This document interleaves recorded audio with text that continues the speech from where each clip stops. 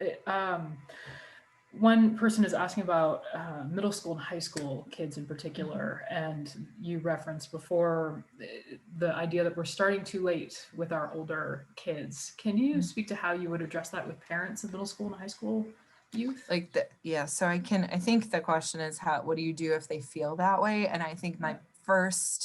my first piece of advice is to be as pastoral as possible and say it's not too late. And for all sorts of things with older teens. I've dealt with this in my ministry. I had a child that just had severe issues in so many ways, and the child got to be about 16, and the parents were basically just ready to be just like, it's too late. You can't help, and it wasn't too late, and it required a lot of help and support in the community.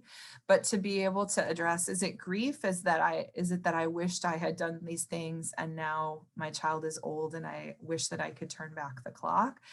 To be able to hold that and say, like, I understand, I hear what you're saying, but it's not too late. And you, as a parent, are an influence on your children their whole lives until you're 80 years old, until your children, are while your children are adults, you'll have an opportunity to do these things. And so whatever it is that you want to communicate, if you still want to communicate that God is loving and gracious, you still can do that. And so I guess it would depend on, is the issue that I feel like I missed some opportunity to do some things.